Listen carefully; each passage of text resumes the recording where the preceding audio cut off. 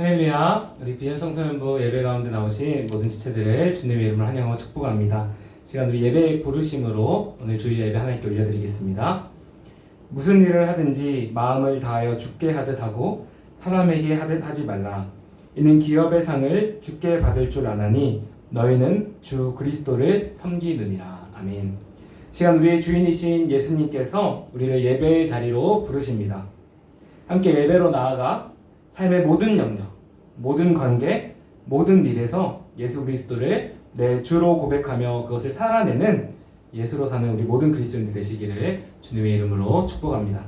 제가 우리 사도신경으로 우리 신앙 고백 하나님께 올려드리겠습니다. 우리 각자의 오른손을 들고 내가 믿는 바를 고백하겠습니다.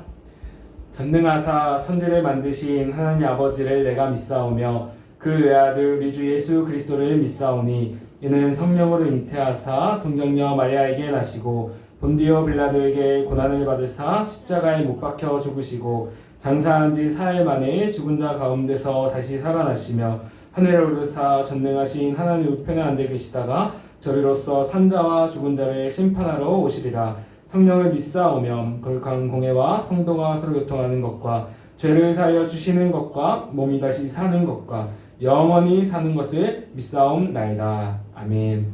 하나님께 찬양 올려드리겠습니다.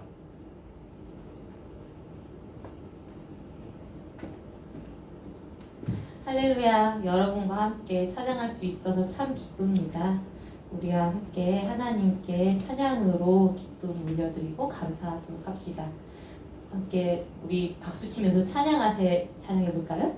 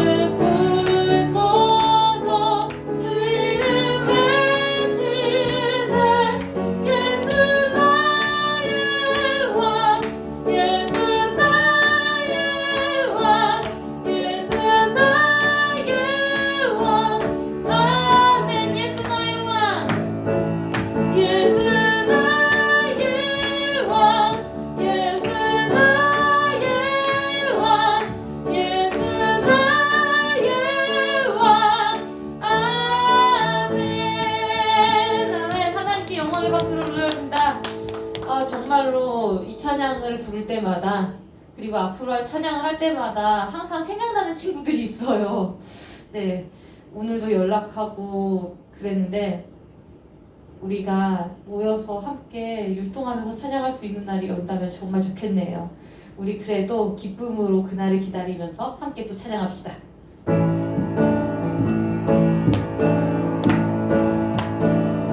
주님 같은 반성은 없도다. 주님 같은 반성은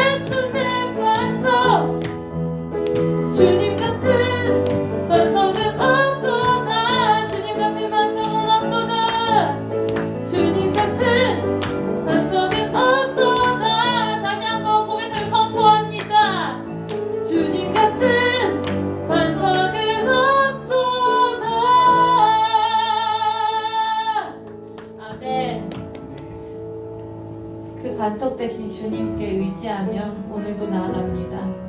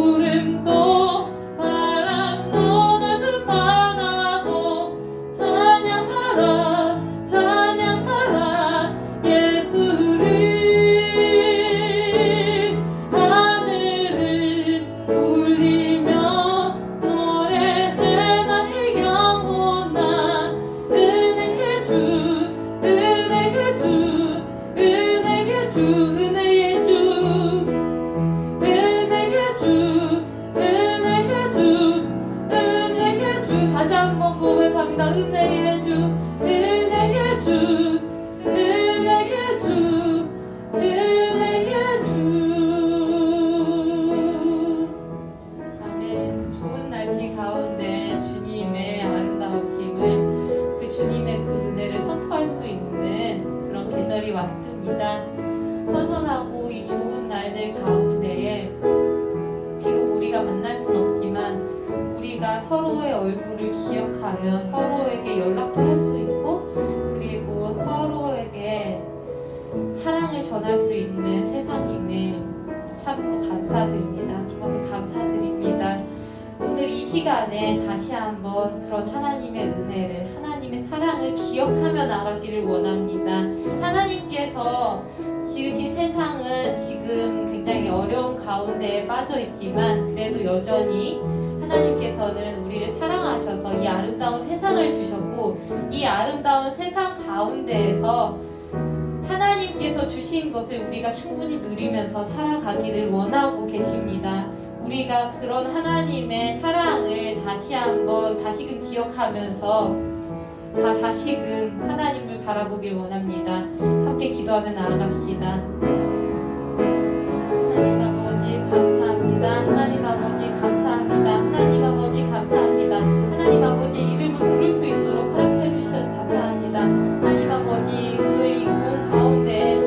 저희가 상황은 힘들지만 그 가운데서도 하나님께서 주신 것들을 기억하며 감사하기를 원합니다. 하나님 아버지, 저희가 갖지 못한 것들, 저희에게서 멀어진 것들, 그것 때문에 한탄하여서 그것만 가지고 슬퍼하기를 원하지 않습니다. 하나님 아버지, 감사하기를 원합니다. 하나님 아버지, 만약에 눈이 어두워져서 슬픔의 눈이 어두워졌고 가리워졌다면 저희가 감사할 것을 찾아낼 수 있도록 주님 한 사람 한 사람의 눈을 밝혀주시고 당신의 사랑으로 그 마음을 녹여주시고 하나님 아버지께로 인도하여 주시옵소서. 하나님 아버지, 당신께서 주신 것들에 대해서 감사합니다. 그리고 당신께서 주실 것들에 대해서 감사합니다. 하나님 아버지, 끝내는 당신께서 승리하시고 당신께서 이 세상 가운데 당신의 뜻을 펼치실 것입니다. 하나님 아버지, 그 날이 오기를 하나님 아버지 기다립니다. 하나님 아버지 감사합니다. 하나님 아버지, 그렇게 승리를 주실 것임을 감사하고 하나님 아버지, 이 세상 가운데 당신의 뜻이 펴져 나갈 것임을 감사합니다.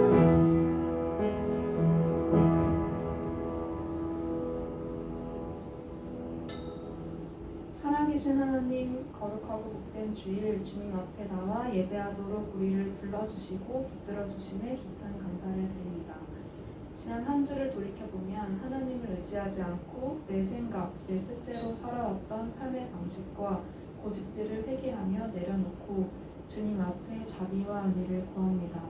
제 가운데 허덕이는 우리를 사랑하셔서 십자가에 달리사 화목제물이 되신 예수 그리스도를 매 순간 소망하길 원합니다. 말로 표현할 수 없는 구원의 기쁨과 감격을 누리며 주님의 사랑을 깨달은 우리의 인생이 주님께 쓰임받게 하시고 주의 뜻 안에 믿음으로 담대히 나아가도록 붙들어 주옵소서. 수개월째 코로나19로 인해 전 세계가 어려움과 고통 가운데 있습니다. 불안과 걱정의 마음은 하나님 앞에 내어 기도할 수 있게 해주시고 아픔 가운데 있는 자들을 주님의 손길로 위로하여 주옵소서. 또한 하루빨리 백신 개발이 이루어져서 함께 모여 주님을 예배할 수 있도록 모든 상황을 회복시켜 주시옵소서. 이 가운데 우리가 지치지 않고 우리의 삶의 주인 되신 신실한 하나님을 신뢰하며 주를 바라보길 원합니다. 예배를 준비하신 전도사님께 성령님 함께 하셔서 생명의 말씀을 가감없이 선포할 수 있도록 붙들어 주시옵소서. 또한 우리가 주님 앞에 낮은 심령으로 나아가오니 주의 말씀에 믿음으로 반응하여 그리스도를 드러내는 빛의 자녀답게 살아가도록 인도해 주시옵소서. 이 예배 가운데 영과 진리로 함께하여 주시고 예배의 시족을 온전히 주님께 맡겨드리며 살아계신 예수 그리스도의 이름으로 기도드립니다. 아멘.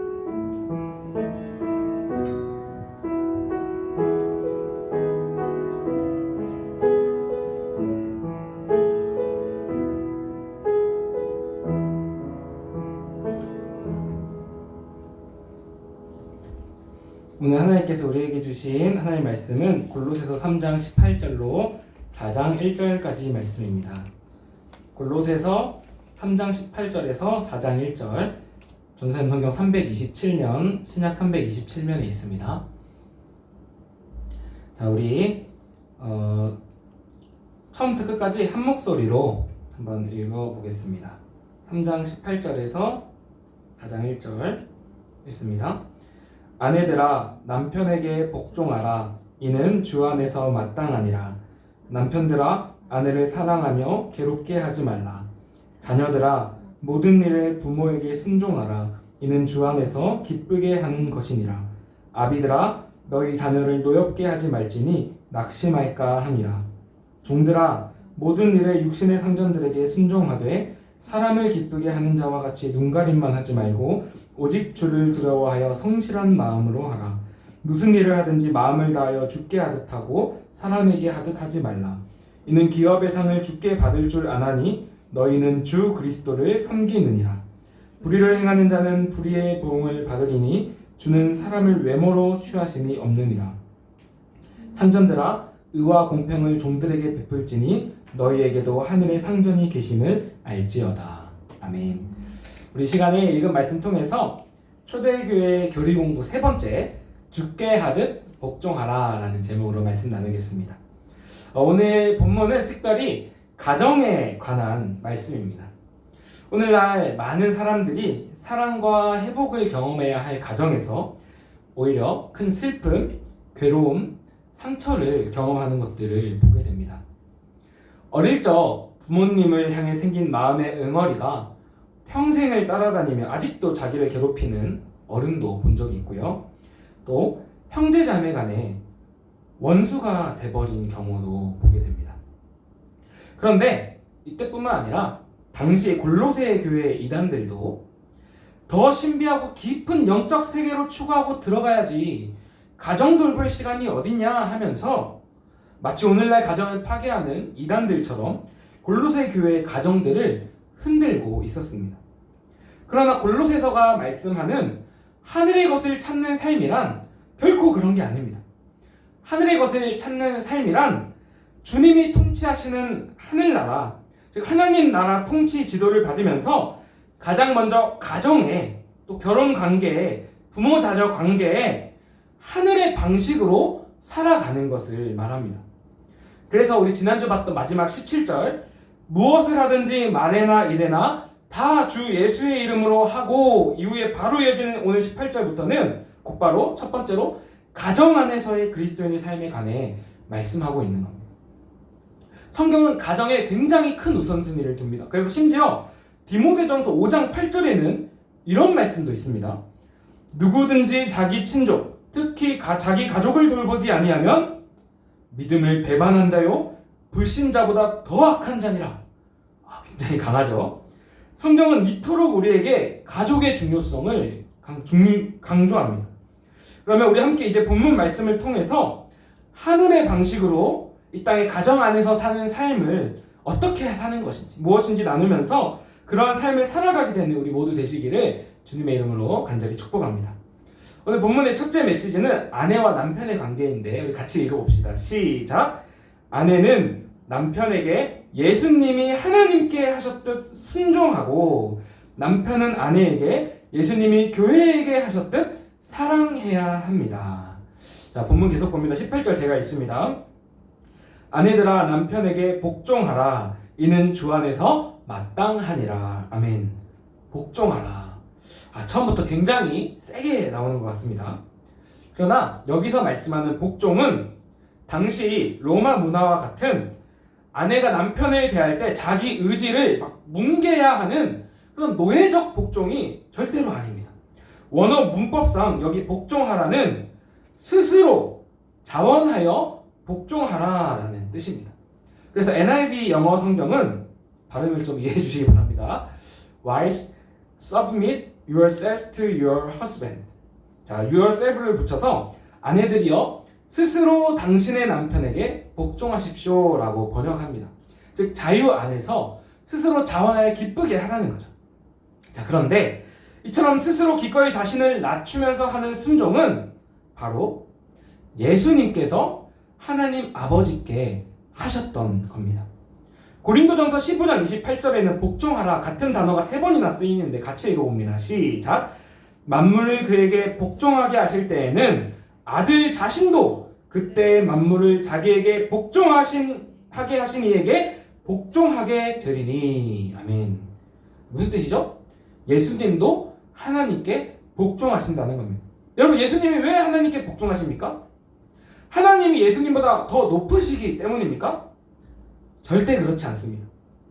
빌립보서 2장 5절에서 8절입니다. 제가 읽습니다. 너희 안에 이 마음을 품으라. 곧 그리스도 예수의 마음이니, 중요합니다. 그는 근본 하나님의 본체시나 하나님과 동등됨을 취할 것으로 여기지 아니하시고 오히려 자기를 비워 종의 형체를 가지사 사람들과 같이 되셨고 사람의 모양으로 나타나사 자기를 낮추시고 죽기까지 복종하셨으니 곧 십자가에 죽으심이라. 아멘. 예수님과 하나님은 신적인 영광에 있어서 무한히 완전히 동등하십니다. 그러나 예수님은 스스로를 낮추심으로 아버지께 기쁘게 순종하셨고 겸손하셨고 그 결과 어떻게 됐죠? 우리를 살리셨습니다.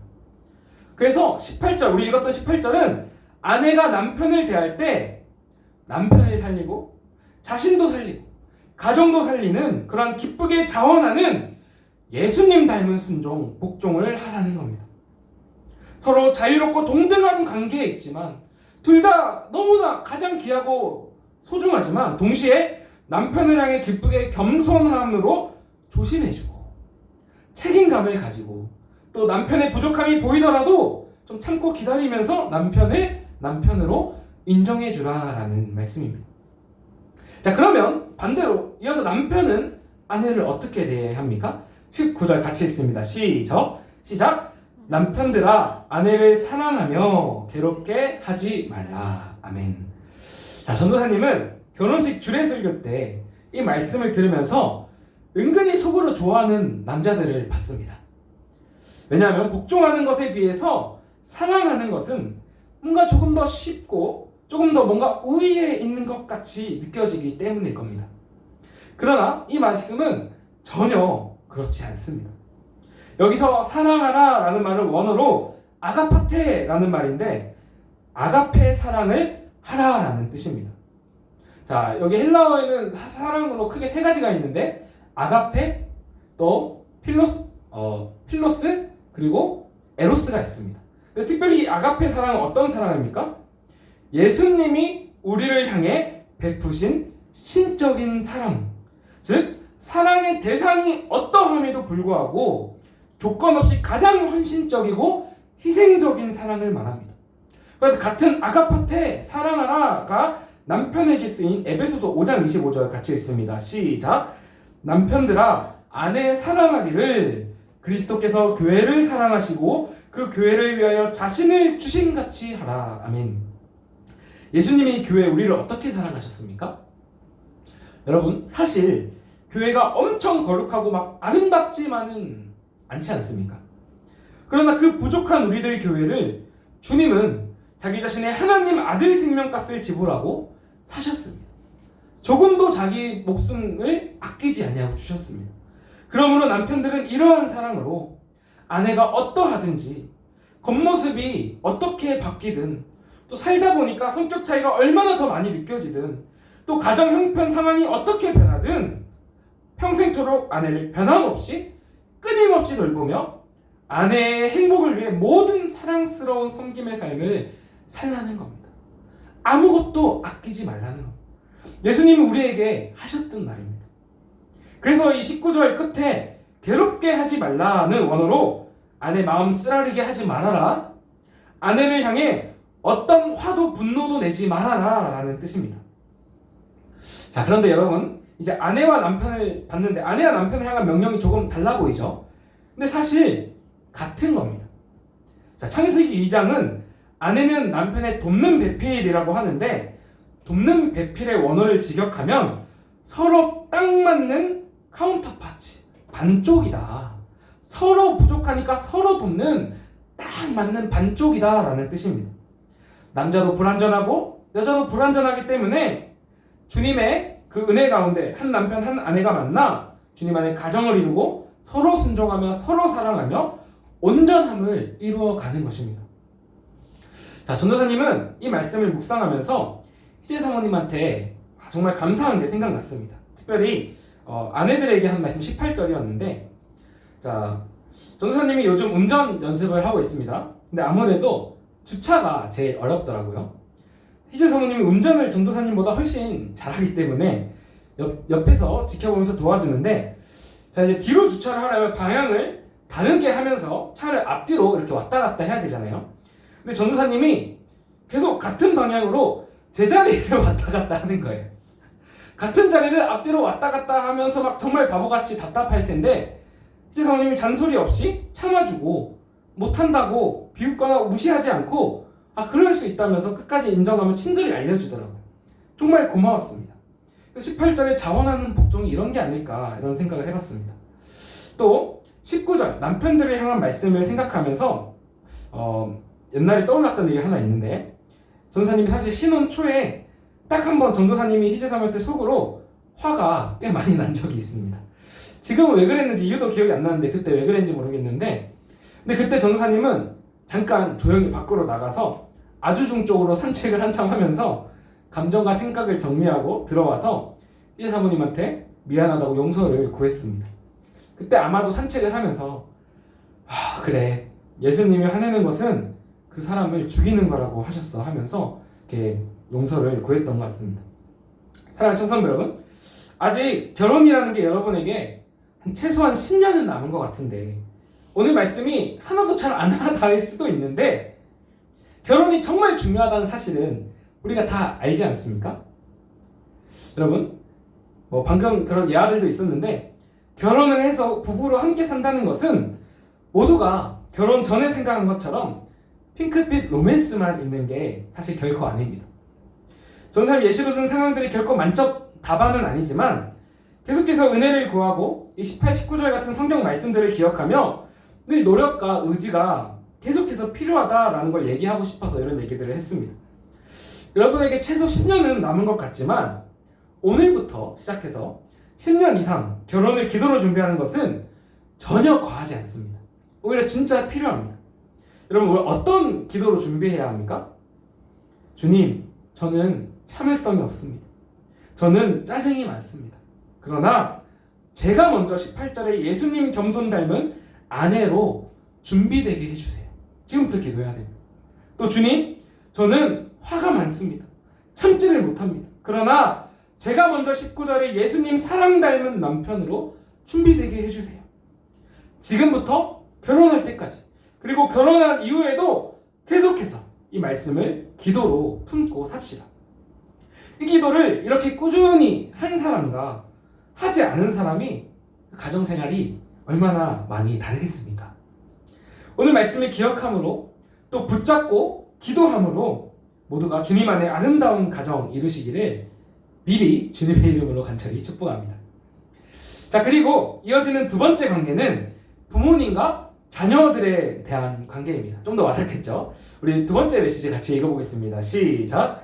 자녀들은 부모님을 예수님께 하듯 섬기고 부모님은 자녀들에게 예수님이 우리에게 하셨듯 섬겨야 합니다. 자, 부모님과 자녀에 관한 관계에 대해서 얘기할 거다 하니까 아마 좀 귀가 좀 쫑긋해지는 그런 메시지가 아닐까 싶습니다. 우리 이어서 함께 20절 읽어보겠습니다. 시작! 자녀들아, 모든 일에 부모에게 순종하라. 이는 주 안에서 기쁘게 하는 것이니라. 아멘. 자, 여기 쓰인 자녀들아의 원어는 다 큰 자녀가 아니라 부모님 밑에서 자라고 있는 여러분 같은 자녀들을 말합니다.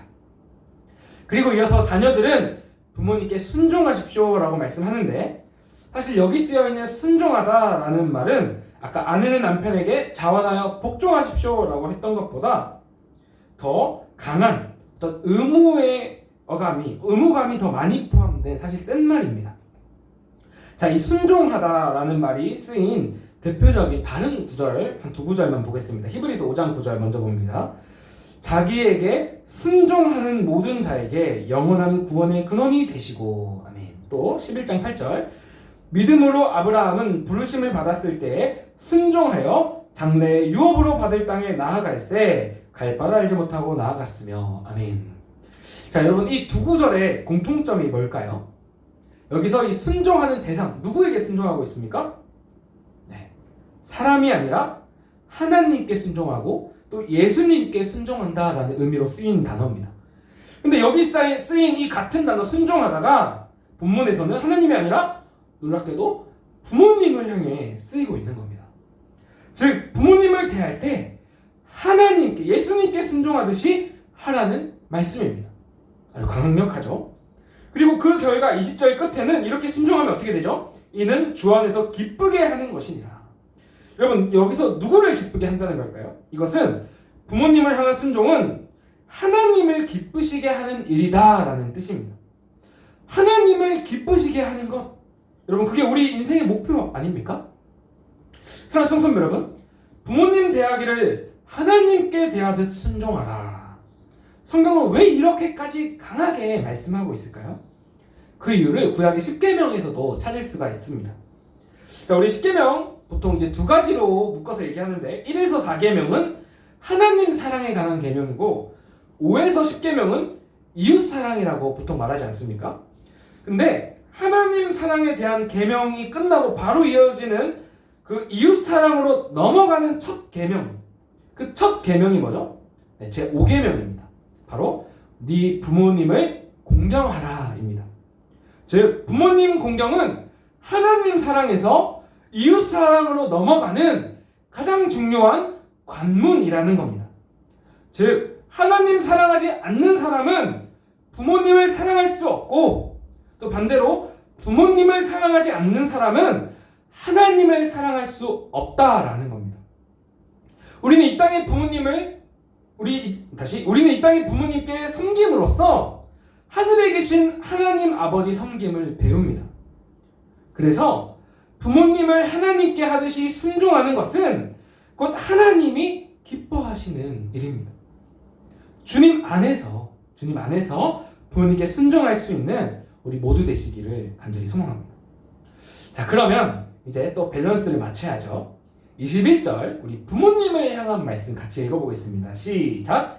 아비들아 너희 자녀를 노엽게 하지 말지니 낙심할까 함이라. 아멘. 자, 이 말씀은 전도사님이 청소년 시절 가장 은혜 받고 마음에 깊이 새긴 말씀 중 하나입니다. 처음에 이 말씀을 읽고 속으로 하나님을 찬양합니다 이렇게 그런 생각했던, 쾌전을 불렀던 기억이 있습니다. 자, 이게 무슨 뜻인지 살펴보겠습니다. 자, 당시 로마 사회 문화에서는 아버지에게 자녀를 향한 절대적인 권세, 무제한적인 권위를 법적으로 보장했습니다. 지금보다 훨씬 가부장적인 사회였습니다. 불순종한 자녀에게는 무자비하고 가혹한 벌이 내려졌습니다. 그래서 자녀들은 아버지 앞에만 서면 늘 작아지고, 또 1대1의 쌍방적인 평등한 인격적 관계가 아니라 일방적인 하달식 관계가 맺어졌습니다. 그래서 21절 끝에 낙심할까 함이라 라는 말은 원어로 소심해질까 함이라 라는 뜻입니다. 늘 아버지 앞에 서면 한없이 작아지고, 그리고 그 마음이 집 밖에서도 이렇게 소심하게 당연히 이어지지 않았겠습니까?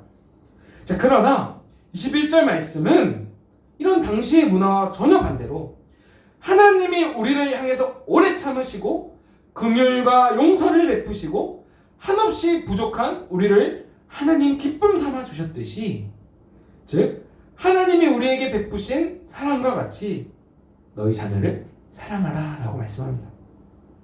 자녀가 실수해도 덮어주고 용서해주고 오래 참아주라 라는 겁니다.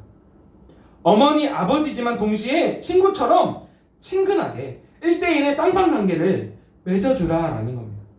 이건 당시 로마 사회에서 굉장히 놀라운 명령입니다. 자녀가 부모님을 향해서 마음을 막 표현하면 끊임없이 온 마음으로 부모님도 힘껏 맞장구 쳐주라는 겁니다. 상상해 볼까요? 자녀는 부모님을 하나님 대하듯 대하고, 부모님은 자녀를 하나님이 우리에게 하셨듯 사랑합니다. 얼마나 아름다운 가정입니까?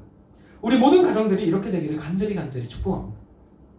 자, 전도사님이 이 두 구절을 묵상하면서 전도사님 아버지가 잠깐 떠올랐습니다. 사실 전도사님 아버지는 아마 영상 보실 것 같긴 한데 스스로 어떻게 생각하실지는 모르겠지만 좀 무뚝뚝하시고 표현이 많이 좀 서투십니다. 전도사님이 아직도 마음의 상처로 남아있는 게 중학교 1학년 첫 중간고사 때 진짜 정말 열심히 해서 누구나 칭찬해줄 만한 성적을 받았습니다. 그리고 이제 아버지가 퇴근하고 오시기만 한껏 부풀어 있다가 아빠 나 이 성적 받았어! 라고 했는데 아버지가 뭐 조금 웃으셨던 것 같긴 하지만 그거밖에 못했어? 다음엔 더 잘해 라고 하셨습니다. 물론 진심은 아니셨을 거라 생각하는데 그러나 아직까지 지금도 기억이 나네요. 자, 그리고 시간이 더 지나서 전도사님이 고등학생 됐을 때 여러 번 얘기한 적이 있지만 진로 문제로 부모님과 사이가 많이 멀어져서 아버지랑 눈만 마주치면 막 혼나고 성적 떨어졌다고 좀 많이 맞기도 하고 부끄럽지만 아버지가 주말 부부셔서 주말에만 집에 오셨는데 그냥 아예 주말이 안 왔으면 좋겠다 이렇게 바랬던 적도 사실은 있습니다. 사이가 그 정도로 많이 멀어졌고 그런 마음의 응어리가 그대로 있는 채로 20살이 돼서 대학교 가서 서울로 올라왔습니다. 그리고 몇 년 뒤에 이제 군대를 가게 됐는데 어느 날 이등병이던 전도사님한테 꽤 두꺼운 편지 봉투가 하나 온 겁니다. 보니까 아버지한테서 왔더라고요. 이등병이라서 구석에서 조용히 티 안 나게 편지를 뜯어봤습니다. 근데 제목이 맨 위에 아들에게 감사한 100가지였습니다. 거기에는 전도사님이 태어났을 때부터 지금까지 저를 향해 아버지가 미안했던 것, 또 고마웠던 것, 또 저로 인해서 하나님께 감사했던 것들이 빼곡히 꾹꾹 눌러 쓴 아버지 손글씨로 적혀 있었습니다. 하나님, 네가 태어나줘서 하나님께 정말 감사하다. 또 고등학생 때 내 기대에 미치지 못한다는 이유로 너를 너무 많이 혼냈던 것 같다. 때려도 보고 할 수 있는 거 다 해봤지만 내 마음대로 안 되더구나. 미안하고 또 참아줘서 고맙다. 이런 내용들이 A4지 정확히 몇 장이 기억 안 나는데 몇 장에 걸쳐서 막 가득 적혀 있었습니다. 구석에서 조용히 혼자 읽으면서 그때 얼마나 이등병이 애써 눈물을 삼키면서 티를 안 냈는지 모릅니다. 그리고 나중에 공중전화로 가가지고 아버지한테 오랜만에 전화를 걸었고 그 이후로 아버지께 전화를 거는 횟수가 많아졌던 걸로 기억을 합니다. 분명 그때 내가 잘못이 있었고 또 나를 사랑하시니까 잘 되라고 그러셨던 거지 하고 알면서도 오랫동안 풀리지 않았던 그 응어리가 그날부터 눈 녹듯 사라지는 것을 경험했습니다. 사랑하는 청소년 여러분, 모든 관계는 쌍방입니다. 부모님과 우리 관계도 마찬가지입니다. 오늘 본문은 분명히 부모님들께도 얘기하고 있고 우리에게도 말하고 있습니다. 즉, 둘 중 누군가가 먼저 손을 내밀면 상대방도 손을 내밀어 잡아야 한다는 겁니다. 부모님이 우리를 하나님의 사랑으로 품어주시면 우리도 하나님께 하듯이 온 마음으로 다해 순종해야 합니다. 특별히 전도사님도 곧 샬롬이 아빠가 될 텐데 솔직히 정말로 두렵고 자신이 없습니다. 내가 얼마나 부족한지 제 자신이 알기 때문입니다. 예전에 TV의 한 광고에서 아버지도 어머니도 부모는 처음이니 이해해주렴이라는 카피라이트를 보고 솔직히 잘 안 와닿았었는데 이제 조금은 무슨 뜻인지 알 것도 같습니다. 이렇게 부족한 내가 잘 할 수 있을까? 두려우면서도 아직 얼굴도 모르는 이 아이가 너무 사랑스럽습니다. 아마 우리 모든 부모님도 더하면 더하셨지 마찬가지일 겁니다. 우리 부모님들도 여러분께 정말 죄송하지만 부족하고 본인들의 부족을 아마 누구보다 잘 알고 계실 겁니다. 부모님은 여러분께 듬직함을 보여주시기 위해서 티는 잘 안 내시겠지만 여러분께 늘 미안하고 또 고마우실 겁니다. 여러분, 어쩌면 여러분 마음에 왜 우리 부모님은 오늘 말씀처럼 하나님 사랑으로 날 안 품어주시지? 나를 왜 안 이해해 주시지? 왜 내 마음을 모르지? 라는 그 생각이 가끔 드실 수도 있을 겁니다. 그러나 부모님을 위해 우리 기도합시다. 부모님도 우리를 위해 기도하셔야 하지만 우리도 부모님을 위해 간절히 기도해야 합니다. 부모님 자녀 관계도 쌍방향, 양방향입니다. 부모님을 위해 간절히 우리 기도합시다. 하나님, 제가 우리 부모님께 하나님 대하듯 공경하고 순종하게 해주세요. 하나님, 우리 부모님이 하나님 사랑으로 나를 사랑하게 해주세요. 기도합시다. 또 지금까지 감사했던 거를 오늘 한 10가지 정도만 써서 드려보는 건 어떨까요? 우리 아마 초등학생 이후로 어버이날 편지 거의 안 써봤을 텐데 어버이날만 날이 아니니까 오늘 한번 써보시기를 강력히 추천합니다. 정말 기뻐하실 겁니다. 우리 모두 하나님 섬기듯 부모님을 섬기고 순종할 수 있는 귀한 믿음의 자녀들 되시기를 간절히 축복합니다. 자, 그리고 이제 마지막은 당시 가정에 있었던 아주 중요한 관계인 주인과 종의 관계입니다. 이제 뭐 이런 신분제도가 없어졌기 때문에 우리는 이 말씀을 집 밖에서의 직업과 관계에서 적용해 보려고 합니다. 우리 본문 셋째 메시지 읽어봅니다. 시작.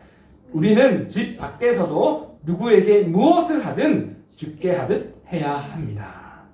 자, 22에서 25절은 모두 다 종을 향한 말씀으로서 오늘 본문 중에 가장 분량이 깁니다. 그럼 이런 생각 들 수 있을 것 같아요. 아니, 종들이 제일 힘들고 해야 할 일도 제일 많을 텐데 왜 성경조차 가장 많은 명령을 종들에게 할까? 의아할 수 있습니다. 그런데 한 절씩 찬찬히 들여다보면 곧 그 이유를 깨닫게 됩니다. 먼저 22절 제가 읽어보겠습니다. 종들아, 모든 일에 육신의 상전들에게 순종하되 사람을 기쁘게 하는 자와 같이 눈가림만 하지 말고 오직 주를 두려워하여 성실한 마음으로 하라. 아멘. 단순히 읽으면 이거 진짜 너무한 거 아닙니까? 오늘날로 치면 아니, 주인이 윗사람이 아무리 갑질을 해도 묵묵히 순종하고 더 성실하게 일해라 이렇게 보이지 않습니까? 그런데 여기 담겨있는 의도를 파악하면 전혀 그런 게 아닙니다. 22절은 육신의 상전, 이 땅의 상전과 하늘의 주인, 하늘의 상전을 보여주면서 둘 중 너의 진짜 주인, 너의 주님은 누구냐라고 묻고 있습니다. 여기 본문에 육신의 상전할 때 상전은 원어로 우리가 예수님을 향해 주님이라고 하는 그 번역하는 같은 퀴리오스입니다. 같은 퀴리오스입니다. 육신의 주님, 퀴리오스가 있으면 당연히 하늘의 주님, 예수 그리스도가 계십니다. 또 사람을 기쁘게 하는 자가 있으면 당연히 하늘의 주님, 예수님을 기쁘시게 하는 자도 있습니다. 마지막으로 하늘의 주님을 두려워하는 자가 있으면 땅의 주인을 두려워하는 자도 있습니다. 너의 진짜 퀴리오스, 주인, 주님은 누구냐 묻고 있는 겁니다. 만약 누군가 이 본문처럼 땅의 주인을 기쁘게 하기 위해 눈가림으로 일하고 있다면 그 사람은 이미 이 땅의 주인이 하늘의 주님보다 더 높다는 전제가 깔려 있다는 겁니다. 그래서 23절에 이어서 뭐라고 말씀합니까? 무슨 일을 하든지 마음을 다하여 이 땅의 사람이 아니라 주께 하듯 하고 사람에게 하듯 하지 말라 말씀합니다. 우리 모든 일에 내 주인은 예수님입니다 고백하며 모든 일을 예수님께 하듯이 하라는 겁니다. 사랑하는 청소년 여러분, 너무 빡빡한 명령인가요? 그러나 한 번 더 생각해보면 이것은 그 당시 종들을 향한 최고의 위로입니다. 아마 당시 종들의 마음은 이미 다 무너져 내려 있었을 겁니다. 한번 그 종들의 마음을 한번 들어가 볼까요? 더러운 현실은 변하지 않고 악한 주인을 섬기면서 매일같이 하는 그 모든 일에 어떤 보람도 없고 의미도 없고 아무 이유를 찾지 못합니다. 그저 하루하루 의미 없이 죽어간다는 생각으로 살지 않았을까 싶습니다. 그 일에 무슨 보람이 있었겠습니까? 그러나 그 일들도 온 마음을 다해 주님께 하듯 한다면 그것은 내가 사모하고 사랑하는 예수님을 섬기는 가장 가치 있고 의미 있는 보람 있는 일이 된다는 아주 놀라운 선언입니다. 주인의 목욕물을 데우고 감자를 깎고 청소하는 모든 일들이 주님 앞에서 한다면 그것은 주님을 기쁘시게 하는 일이 되고 주님이 영광 받으시는 가장 가치 있는 일이 된다라는 겁니다. 여러분, 이것은 직업에 관한 엄청난 패러다임 혁명입니다. 아마 이 메시지를 듣는 종들에게 삶의 의미와 보람과 인생의 목적을 비춰주는 찬란한 빛이었을 겁니다. 아마 들으면서 뜨거운 눈물을 흘렸을지도 모릅니다. 그리고 나아가서 이 놀라운 위로의 말씀은 24, 25절에서 절정을 이룹니다. 같이 읽어봅니다. 시작! 이는 기업의 상을 주께 받을 줄 아나니 너희는 주 그리스도를 섬기느니라.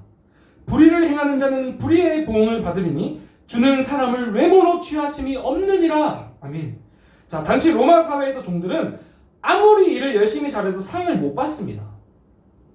그런데 예수님 섬기는 그리스도의 종은로서 모든 일에 하늘의 상급을 받게 될 거라는 겁니다. 하늘에 계신 주님께요. 심지어 자신들에게 불의를 행하는 불의한 주인들은 주님의 심판대 앞에서 그 보응을 다 받게 될 거라고 말씀합니다. 나아가 그 하늘의 재판장이신 예수님께는 외모, 즉 직업의 귀천이나 신분의 높낮이가 아무 의미 없이 다 똑같다는 겁니다. 이 당시 종들에게 얼마나 큰 위로입니까? 자, 그리고 이어서 4장 1절은 본문에서 가장 짧고 명료하지만 가장 엄중한 경고의 말씀으로 주인들을 향해 선포됩니다. 상전들아, 의와 공평을 종들에게 베풀지니 너희에게도 하늘의 상전이 계심을 알지어다. 주인들아, 너희에게도 주인이 있다. 너희나 너희 종들이나 하늘에 계신 주님 앞에선 다 똑같은 종이다. 그 하늘의 주님은 너희가 너희 종에게 의와 공평을 베풀었는지, 즉 품삯은 제대로 줬는지, 가혹하진 않았는지, 편파적이진 않았는지 너희한테 다 그대로 심판하신다. 엄청난 선포입니다. 사랑하는 청소년 여러분, 전도사님도 주인과 종들에 관한 이 말씀을 묵상하면서 참 많이 반성도 하고 위로도 받았습니다. 자, 부끄럽지만 전도사님도 평일에 사실 교회 사무실에 있을 때 담임 목사님 눈치를 많이 봅니다. 부끄럽네요. 자, 또 매일 내가 하고 싶은 일만 할 수 있는 게 아닙니다. 전사님이 사역하기 전에 신학생 때는 사역을 하면 늘 영혼들 만나서 살리고 말씀 가르치고 그런 아주 보람찬 일들만 가득할 줄 알았었는데 직접 사역을 해보니까 때로는 땀범벅에 먼지를 뒤집어 쓰면서 작업도 해야 하고 가끔은 실수해서 괜히 오해를 사서 마음고생을 하기도 합니다. 그러나 이 모든 일들도 주님 앞에서 마음을 쏟아서 주님 생각하면서 한다면 그것은 바로 주님을 섬기는 일이고 주님이 기뻐 받으시는 일이라는 겁니다. 이 일들도 하나님께 영광이라는 겁니다. 정말 큰 위로가 됐습니다. 또 나는 사무실에서 목사님께, 강도사님께 또 다른 두 분 전도사님께 어떻게 관계하고 있었나 많은 반성을 하면서 돌아보게 됐습니다. 사랑하는 청소년 여러분, 여러분도 집 밖에서 학생으로서 각자의 일을 하고 있습니다. 때로는 선생님께, 또 때로는 대한민국 이슈의 교육제도에 불공정, 불평을 느끼고 불만과 분노를 품을 수도 있습니다. 전사님 예전에 한 친구는 보니까 예전에 아무리 수행평가를 밤새워 열심히 해도 담임 선생님이 내 수시 포트폴리오에는 안 써주신다 하면서 막 굉장히 화가 났더라. 누구만 밀어준다 하면서. 그러나 어떤 상황에도, 심지어 종들에게 말씀하고 있지 않습니까? 어떤 상황에도 오늘 한 문제를 풀어도 예수님을 위해 전심으로 한 문제를 풀 수 있기를 소망합니다. 이 한 문제 한 문제를 풀어서 실력을 쌓고 준비되어 나를 구원하여 자기 생명 주신 예수 그리스도를 위해 살겠습니다. 섬기겠습니다. 그런 각오로 오늘 하루도 버티실 수 있기를 소망합니다. 혹시 또 매 순간 이렇게까지 거창하지는 못하더라도 그저 성실하게 한 문제 한 문제 풀 수 있기를 소망합니다. 오늘 본문은 분명하게 성실하게 그 한 문제 푸는 것이 하나님께 기쁨이 되고 의미가 있고 주님의 상이 있다고 말씀합니다. 답안지 찾기 전에 조금 더 실험해보고 정말 성실하게 해봅시다. 그게 하나님께 영광이래요. 하루하루 전심으로 성실하게 살아가되 모든 결과는 하늘에 계신 진짜 주인, 모든 것을 주관하시는 주 예수 그리스도께 맡길 수 있는 믿음의 학생들 되시기를 간절히 축복합니다. 또한 앞으로 여러분도 졸업을 하고 직업을 가지면 누군가의 아랫사람인가 동시에 또 누군가의 윗사람이 되실 겁니다. 그때 오늘 말씀을 기억합시다. 그래서 사회에 만연한 갑질을 하는 게 아니라 스스로 낮은 곳으로 내려가는 의지를 자처하는 모두 되시기를 간절히 축복합니다. 위로 또 아래로 모든 사람을 예수님 섬기듯 섬길 수 있길 바랍니다. 이러한 그리스도인의 삶을 통해 지금 교실이든 또 앞으로 가게 된 일터든 그곳에 하나님의 통치, 하나님 나라를 드러내는 우리 모든 그리스도인들 되시기를 주님의 이름으로 간절히 축복합니다. 말씀을 맺습니다. 오늘 본문에서 계속해서 반복되는 단어가 있습니다. 바로 주, 퀴리오스라는 단어입니다.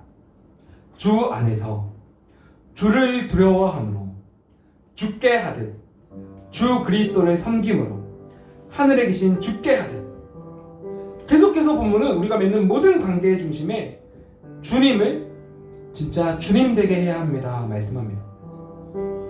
이것은 말 그대로 내 삶의 모든 영역에, 내 가정에, 또 내가 일하는 모든 곳에 주인, 통치자, 왕은 날 구원하신 예수 그리스도십니다 하며 삶으로 고백하며 내 모든 행동의 동기를 예수 그리스도로 삼는 삶입니다. 여러분, 오늘날 수많은 사람들의 삶의 동기가 무엇입니까? 좀 더 잘 벌고, 좀 더 편하게 살고, 좀 더 잘 먹고 잘 입고 내가 더 높아지기 위함입니다. 그러나 이러한 세상의 동기를 역행할 수 있는 우리 되시기를 간절히 소망합니다. 우리는 예수님과 함께 십자가에 못 박혀 죽고 예수님 옆에 장사되어 예수님과 함께 부활한 예수님 생명으로 사는 사람들입니다. 전에 없던 사람들입니다. 그 사랑으로 사는 자들입니다.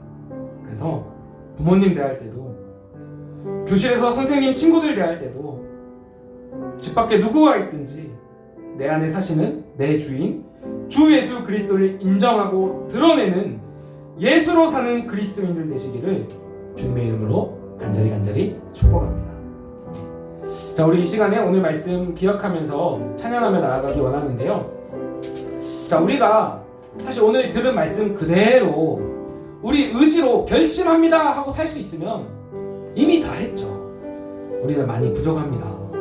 그러나 우리 안에 그 예수 그리스도의 사랑이 날마다 넘친다면, 날마다 내가 예수님께 그토록 놀라운 사랑받은 자임을 기억한다면 우리의 삶이 이전과 다를 것입니다.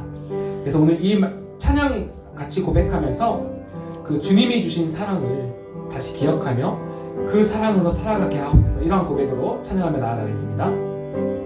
나 기다리며,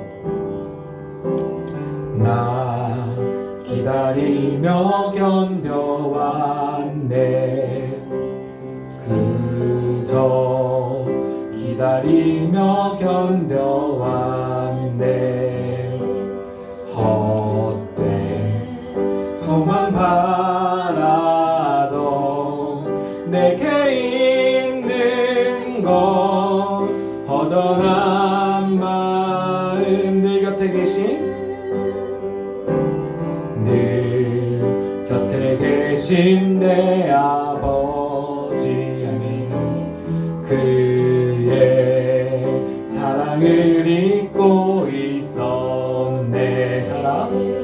사랑 견뎌온 시간 모두 아시는 아버지 마음, 그 사랑으로, 그 사랑으로 만지시네.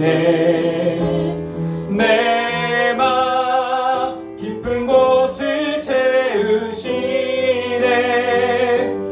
그는 모든 거품을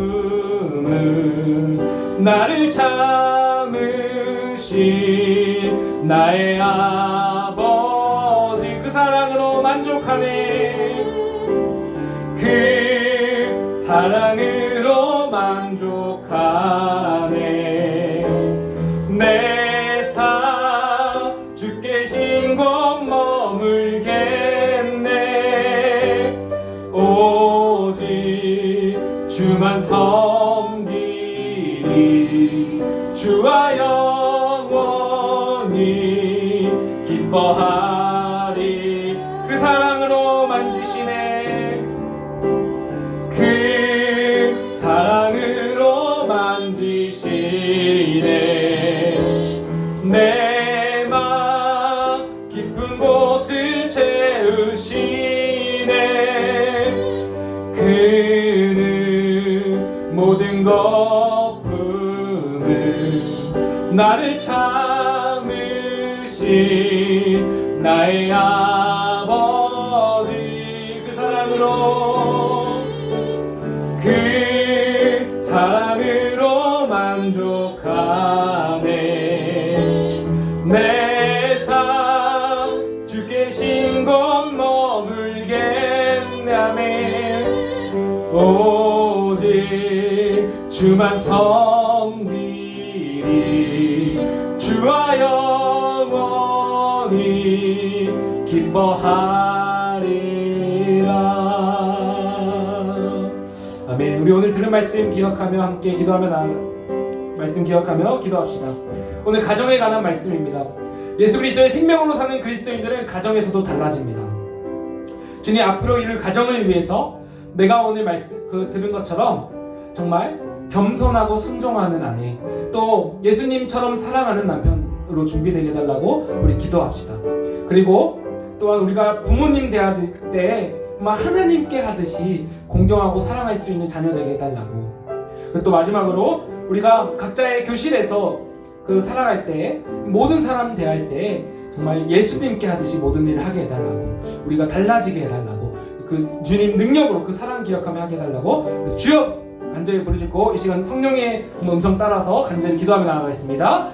주여 이 시간 간절히 기도하며 나아갑니다. 주여, 우리가 예수 그리스도의 생명으로 사는 새로운 그리스도인 되었사오니 우리 가정에서도 또 어디에서든지 새로운 삶 살아가기 원합니다. 그 사랑 기억하며 그 사랑으로 살아가기 원합니다. 그 사랑의 능력으로 살아가기 원합니다. 주님, 제가 앞으로 주님 그 허락하신 가정 이루기 위해서 정말 오늘 성경에서 말씀하는 그 순종하는 겸손한 아내, 또한 그 사랑하는 그 남편 될 수 있도록 주여 나를 준비시켜 주시옵소서. 또한 주님, 내가 부모님 대할 때에 정말 하나님께 하듯이 존경하고 공경하고 순종하며 부모님 사랑하며 살아갈 수 있도록 주여 역사하여 주시옵소서. 또한 내가 교실에 있든지 어디에 있든지 나의 모든 사람을 향하여서 정말 예수님께 하듯 하늘에 계신 내 상전 주님을 대하듯이 정말 하나님께 영광 돌리며 할 수 있게 하여 주시옵소서. 일상 가운데 한 문제 한 문제를 풀어도 성실하게 하며 주님께 영광 돌리며 살아가는 정말 하나님 영광 돌리는 인생 되게 하여 주시옵소서. 주님의 능력으로 이렇게 살아가게 하실 줄로 믿습니다. 주여 함께 하시고 역사하여 주시옵소서. 함께 하시는 것을 믿사오며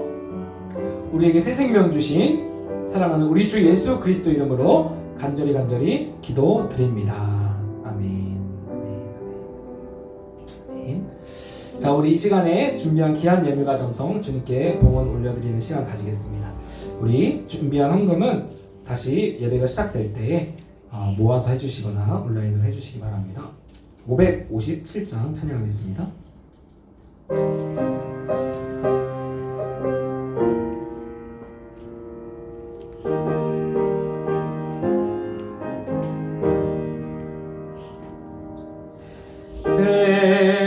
에덴의 동산처럼 복되어라 우리 가정, 날마다 양식 주사 건강하게 하시오며 은혜의 단비 내려 풍성하게 하시오니 우리 주 하나님께 감사 찬송 드립니다. 아멘. 기도합니다. 주님, 우리를 구원하사 새 생명으로 새삼 살게 하시는 그 은혜에 참으로 감사합니다. 우리 가정에서도 그리스도의 은혜로 살게 하신 그 은혜가 너무 감사하여서 귀한 예물과 정성 올려드립니다. 기쁘게 받으시고, 또한 이러한 이 예물들이 사용되어지는 곳마다 정말 가정이 회복되어지고 직장이 회복되어지고 모든 것이 회복되어지는 하나님 나라 역사 일어나게 하여 주시옵소서. 또 한 주간 살아간 우리 모든 비전 청소년부 지체들에게 함께 하셔서 한 주간 오늘 말씀 기억하며 승리하며 정말 그 모든 가정 가운데 샬롬의 역사가 일어나는 주님의 은혜 있게 하여 주시옵소서. 감사드리오며 살아계신 우리 주 예수님의 이름으로 기도합니다. 아멘. 자, 광고 말씀 나눕니다. 오늘 들은 말씀으로 한 주간 가정에서도 또 공부하는 모든 자리에서도 승리하시기를 축복합니다. 우리 코로나19로 인해서 계속 온라인 예배만 드리고 있는데 우리 각자에서 예배하기 전에 미리 몸과 마음 또 환경 준비하며 온전한 예배 드리실 수 있기를 바랍니다. 또 속히 안전하게 예배 드릴 수 있도록 기도해 주시기 바랍니다. 자, 우리 코로나19 사태를 위한 기도회와 드라마 바이블 성경 읽기 계속하도록 하겠습니다. 자, 우리 말씀과 기도로 승리하시기 바랍니다. 그리고 오늘도 카톡으로 이제 공유한 공까지가 있습니다. 여기 들어갈 답을 카톡으로 전도사님한테 보내주시면 소정의 선물 드립니다. 많이 참여해 주시기 바랍니다. 자, 오늘 주기도문으로 오늘 모든 예배 마치도록 하겠습니다. 하늘에 계신 우리 아버지여, 이름이 거룩히 여김을 받으시오며 나라에 임하옵시며 뜻이 하늘에서 이룬 것 같이 땅에서도 이루어지이다. 오늘날 우리에게 일용할 양식을 주옵시고 우리가 우리에게 죄 지은 자를 사하여 준 것 같이 우리 죄를 사하여 주옵시고 우리를 시험에 들게 하지 마옵시고 다만 악에서 구하옵소서. 되게 나라와 권세와 영광이 아버지께 영원히 있사옵나이다. 아멘.